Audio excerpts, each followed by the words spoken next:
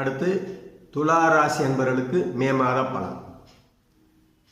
உங்களுடைய ராசி அதிபதி 6லே மறை, அவர் அஷ்டமாதிபதி ஆகிறது 6லே மறைஞ்சு உச்சமடைகிறார். அது ஒரு விதத்தில் மறைமுகமான பொருளாதார முன்னேற்றம் அது நடக்கும். இழந்திருந்த பொருளை மீட்கிற சந்தர்ப்பமும் அந்த துலா ராசிக்காரங்களுக்கு கிடைச்சிடும். அதே போல் லாபாதிபதியான சூரியன் உச்சம் பெற்று 7ஆம் இடத்துல புதனோடு சேர்ந்திருக்கார். விரையாதிபதியோடையும் 10ஆம் அதிபதியோடையும் சூரியனோட சேர்ந்து உச்சம் பெற்ற சூரியனோட சேர்ந்து புதன் 7ல் இருக்கும்போது உங்களுக்கு நட்புகளால் எதிர்பாராத பொருள் வரையை கொடுக்கறதுக்கு எச்சரிக்கையான நட்புகளை பயன்படுத்தி கொள்ள வேண்டுகிறோம். அதே போல் குரு அஷ்டமத்தில் மறைஞ்சிருக்கிறது ஒரு நல்லதான். கெட்டவன் கெட்டிருக்கிறாரு.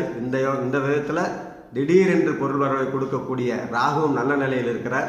சனியோடு சேர்ந்து உங்களுக்கு திடீர் பொருள் வரவும் உண்டு.